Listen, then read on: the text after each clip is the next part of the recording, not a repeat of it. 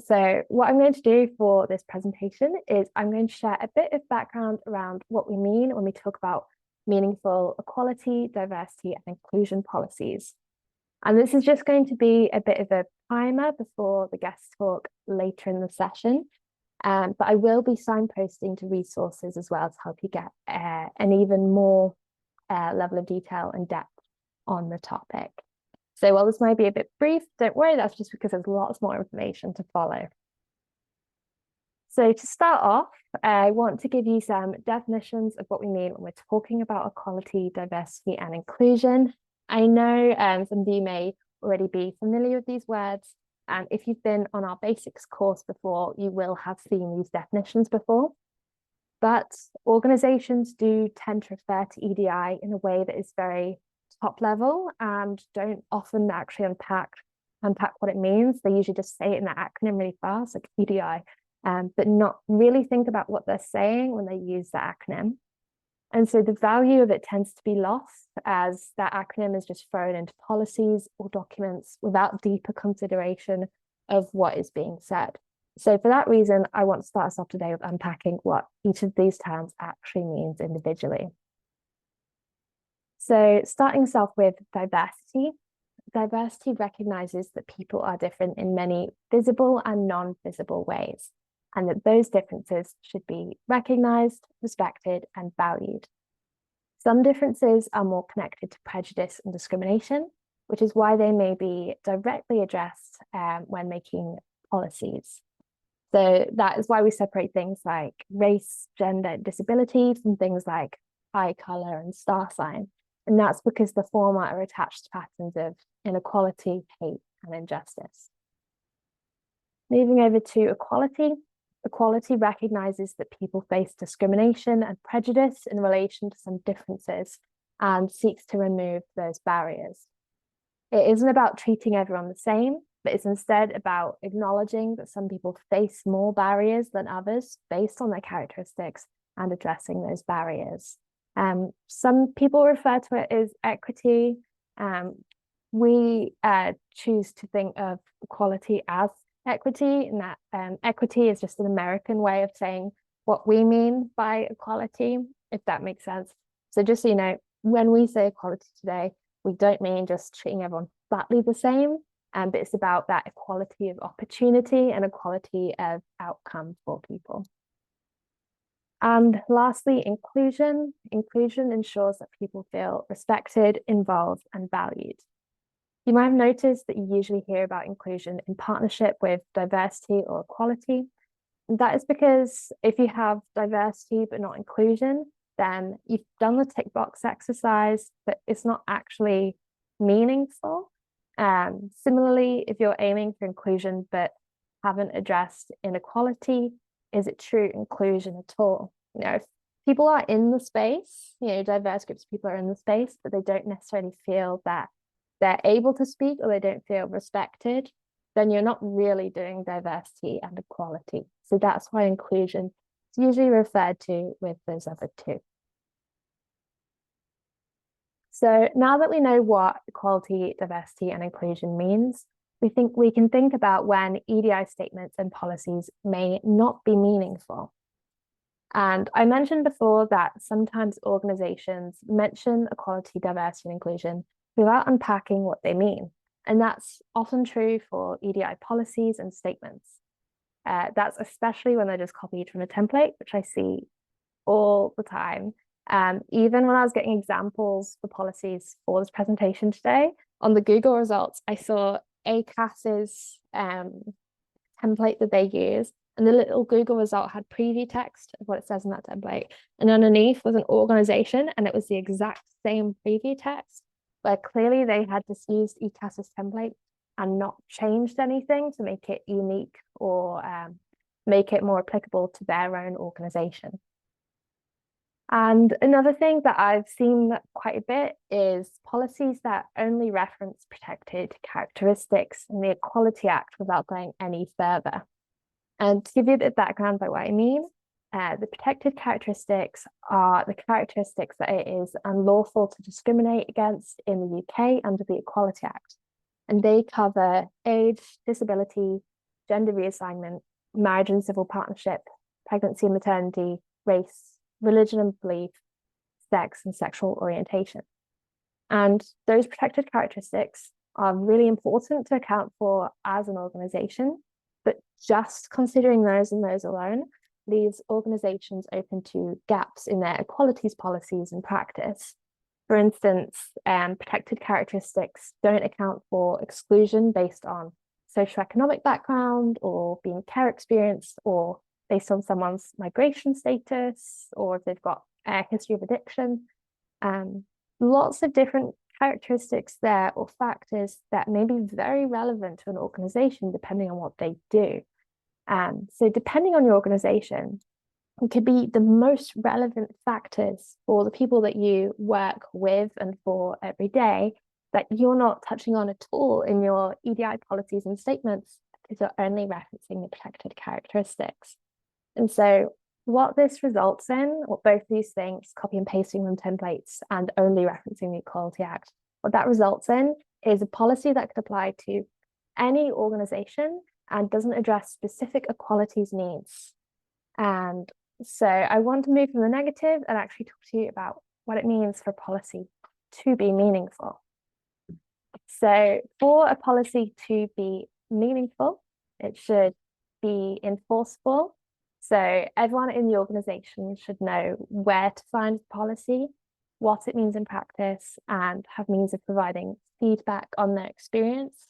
And that's so the document isn't just a piece of paper that's sat on a shelf somewhere, but can actually be used to influence outcomes. It should be relevant, so it should have considered who the stakeholders of the organization are and any specific needs that that group may have. For example, you may find that it's important to commit to being trauma-informed because the people that you work with are more likely to be victims of trauma in some way or have experienced trauma in the past, and so may feel more comfortable interacting with the organization if it operates in a trauma-informed way. Clear understanding of legislation. So these policies or statements shouldn't only reference the Equality Act, but use it as a starting point to jump off from. So if there's gaps in those protected characteristics that are relevant to your stakeholders, add additional commitments to plug those gaps. So thinking about actually what support can we provide for people who have a criminal record? What support can we provide for people who are experiencing homelessness? What can we do to make this organization one that is welcoming to the people that we are trying to support, that we are trying to have as beneficiaries? Really think about that and make it a policy that is bespoke to you rather than just whacking the legislation in because you know that is the minimum requirement. And being living documents. So that means reviewing the policy regularly so that it remains relevant to the changing environment, whether that's new legislation that's come in that you might want to include in there, and changing understandings of equalities issues. So maybe you might find it relevant to have trans inclusion policy as part of your EDI work. That may be something that you wouldn't have considered 5-10 years ago because there's less knowledge around what that would look like and how that would be useful as an organization to have. And also thinking about the changing focus or makeup of the organization. It may be that the issues being faced by the people you work with are evolving. Maybe socioeconomic differences, socioeconomic disadvantage is something that feels more relevant today than it did when you first drafted the policy. So maybe there's something you want to do to include more supports around that. And I would usually pop in an example statement, a policy here, and maybe it's a cop-out, but I'm not. I'm just giving you these things and saying you should do that and not giving you the example. But the reason why I'm not is because I have seen the slides that are coming later on from our guest speakers, and I know there's a really good example in there. So I wanted to leave you this primer of what we're looking for, and then you'll see a great example later. And another reason is because I wanted to use this as an opportunity to share one of our resources that has lots of great examples in there as well. And that resource is our Beyond Protected Characteristics, the Equality Act in Practice guide. And this is a guide that is all about how to create meaningful policies and practices around equality, diversity, and inclusion. And our guiding aim when we made this resource was to move organizations away from using templates that don't feel linked to actual everyday practice, and instead use an approach where policies and practices are linked from the very beginning. So when you're creating your policy, you're thinking about what that looks like in practice from the very start. And it is called Beyond Protected Characteristics. And I know that phrase could be misconstrued or make it seem like we are discounting the importance of the Equality Act. And I really want to caveat right from the start here that is not what that title means, but actually what we wanted to do with this document, which actually has a very thorough explanation of the Equality Act within it, so that you know your duties under the Equality Act, is to use that legislation as a foundation. Because what we're seeing right now and what we've seen throughout our time and providing support as free is that organizations are using the Equality Act as the end goal and not thinking radically and think actually what can we do to build on that. So that is why we use the phrase beyond protected characteristics, because we want, even though it's not a perfect term, we hope that it captures the need to be radical in thinking beyond just meeting legal requirements, as the law is often slow in recognizing changing understanding of equalities and the changing ways that we all interact with the world and experience our identities. So it's about just moving, using it as stepping stones and building on that practice. And just to give you a bit of a preview on what is inside this resource, it is really comprehensive and it covers quite a lot. And that includes a guide on what the Equality Act is, as I mentioned before. And this is tailored towards Scottish third sector organisations. So it's about what the Equality Act means as a third sector organisation, what you should know, and also how you can use that to create an EDI policy. So lots of practical tips and steps on that, if you want to create an EDI policy or review an EDI policy you have already, how can you do that step by step?